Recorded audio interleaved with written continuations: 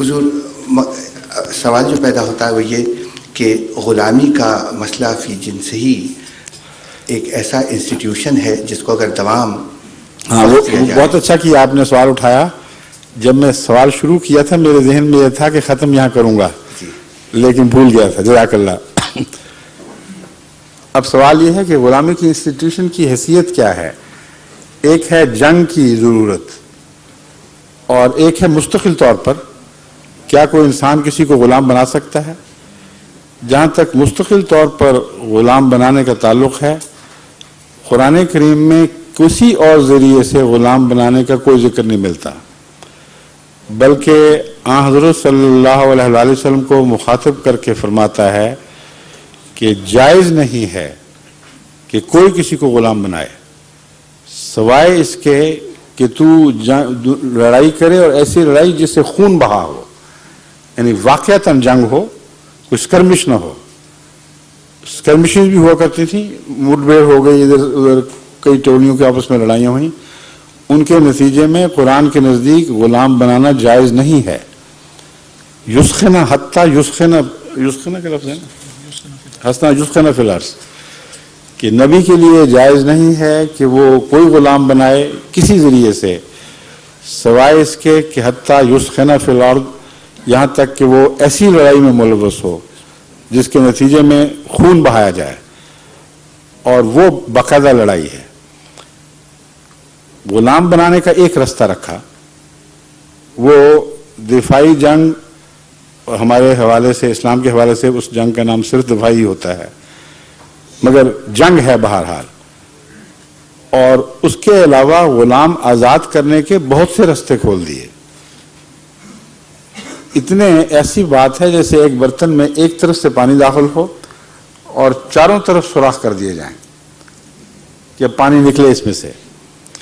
چنانچہ قرآن کریم میں غلام کی آزادی کے لیے جو تعلیم ملتی ہے کچھ لازمی حیثیت سے، کچھ توئی حیثیت سے.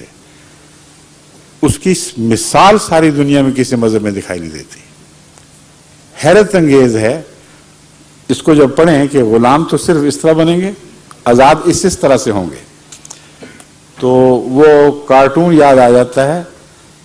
ایک بلی چوہے کی لڑائی دکھائی گئی تھی جس میں چوہا جس طرح وہ ویسٹرن سٹائل میں پستول نکال کے بلی پہ فائرنگ شروع کر دیتا ہے اور وہ سوراخوں سے بھر جاتی ہے. گھبرا کر جب وہ پانی پیتی ہے تو ہر طرف سے فوارہ پھوٹ پڑتا ہے. تو اسلام کی غلامی کی تعلیم کا بھی یہی نقشہ ہے. غلام بنانے کا رستہ محدود اور آزادی کے رستے کھول دیے، اور صرف ان غلاموں کی آزادی کا انتظام نہیں فرمایا جو جنگ کے ذریعے مسلمانوں کے ہاتھ آئیں، بلکہ سارے معاشرے میں جو غلام مختلف ممالک میں بھی بنائے جاتے تھے ان کی آزادی کے بھی سامان کر دیے. انہوں نے فرمایا کہ خرید کے آزاد کرو. چنانچہ ایک موقع پر ایک صحابی نے جو خدا تعالیٰ کے فضل سے بڑے متمول تھے 60,000 غلام خرید کے آزاد کیے، کیونکہ قرآنی تعلیم سے وہ سمجھتے تھے کہ حصول ثواب کا یہ ایک بہت ہی اچھا ذریعہ ہے.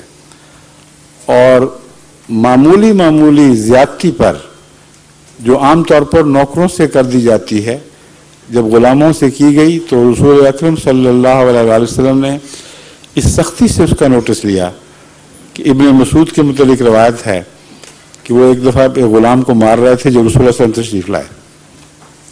اس قدر آپ کے چہرے پر اس وقت جلال تھا اور بار بار فرمایا ابن مسعود کیا حرکت کر رہے ہو. وہ سمجھے کہ اگر میں نے فوری کوئی کارروائی نہ کی تو شاید میں جہنم میں چلا جاؤں. تو انہوں نے کہا یا رسول اللہ میں اس غلام کو آزاد کرتا ہوں. اب نے فرمایا ٹھیک کیا، نہ کرتے تو خدا کی پکڑ کے نیچے آتے.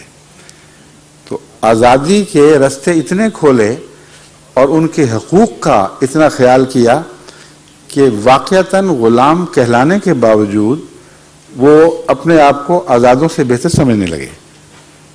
چنانچہ حضرت علی رضی اللہ تعالیٰ عنہ کے متعلق بھی دوسرے خلفاء کے متعلق بھی ذکر ملتا ہے کہ کبھی گئے بازار تو ایک کی بجائے حضرت علی کے متعلق معین روایت ہے ایک ہی قسم کے 2 کپڑے پھڑوائے پوچھنے والے نے پوچھا دکاندار نے کہ آپ تو ایک ہی اور رنگ کے بھی کپڑے ہیں، ایک ہی نمونے کی کیوں لے رہے ہیں؟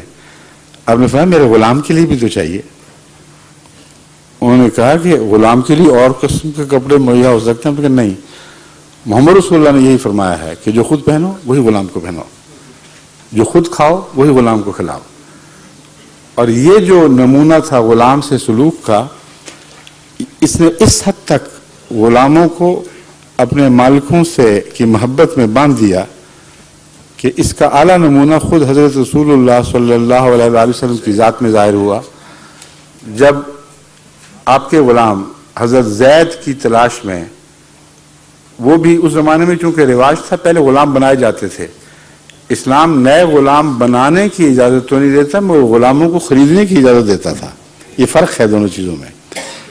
جو غلام بنائے جا چکے ہیں اگر آپ نہیں خریدیں گے تو دوسروں کے پاس جائیں گے اور زیادہ نقصان پہنچائیں گے۔ ان کے ہاں ان کو آزاد کرنے کا کوئی تصور بھی نہیں، یہاں آزاد کرنے کی مکمل تعلیم موجود ہے۔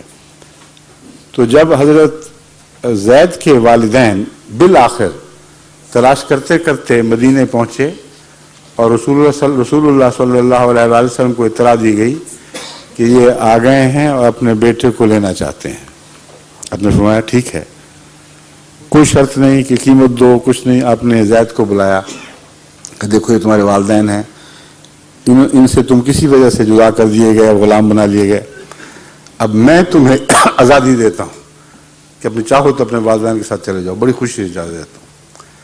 زید نے کہا یا رسول اللہ یہ کیسی آزادی؟ مجھے تو یہ آزادی پسند نہیں، میں تو کسی قیمت پر آپ کو چھوڑ کر اپنے ماں باپ کے پاس آزادی کی زندگی پسند نہیں کرتا۔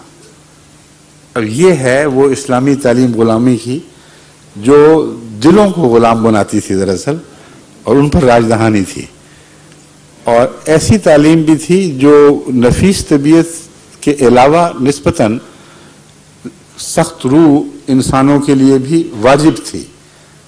مثلا یہ تو ایسی تعلیم ہے جو بہت مہذب ہو جاتے ہیں اور اسلامی تعلیم سے فائدہ اٹھا کر اعلیٰ انسانی سطح پہ ترقی کر جاتے ہیں۔ وہ جو ادنا ہیں وہ نہیں چاہتے کہ آسانی سے غلام چھوڑ دیں۔ آج کل بھی ہمارے زمانے میں بھی ہم نے دیکھا ہے احمدیوں میں بھی بڑے نفیس طبیعت، خدمت کرنے والے، ہم اچھے مزاج والے کچھ سخت روح بھی ہوتے ہیں۔ تو اس کے لیے ان کے لیے قرآن کریم نے یہ حکم دیا کہ اگر کوئی غلام آزاد ہونا چاہے اور اپنی قیمت دینے کا فیصلہ کرے تو اس کو حکماً روکا نہیں جا سکتا، اور فوری قیمت ادا کرنا بھی ضروری نہیں، مخاطبت اسی کو کہتے ہیں۔ اور اگر اختلاف ہو تو اسلامی عدالت میں وہ غلام مقدمہ کر سکتا ہے کہ میں آزادی چاہتا ہوں اور جو قیمت میری ڈالی گئی ہے، جو اس نے ادا کی ہے، میں اس کو واپس کرنے کے لیے تیار ہوں، لیکن سر دست مجھ میں طاقت نہیں، اس بات کی ضمانت دیتا ہوں کہ جو کماؤں گا اپنی قیمت ادا کروں گا۔ تو اسلامی قانون کے مطابق اسلامی قضاء لازماً یہ فیصلہ کرے گی کہ غلام کو آزاد کر دیا جائے۔ اب بتائیں کوئی سوراخ ایسا رہ گیا ہے جو خود نکالا جا سکتا تھا اور نہیں نکالا گیا؟ ٹھیک ہے، جزاکم اللہ۔ حضور نے اب تک تو میں نے اپالوجی سنی تھی، لیکن حضور نے جس انداز سے بیان کیا ہے ایسا لگتا تھا جیسے یہ مضمون میرے دل میں بھی تھا۔ جزاکم اللہ۔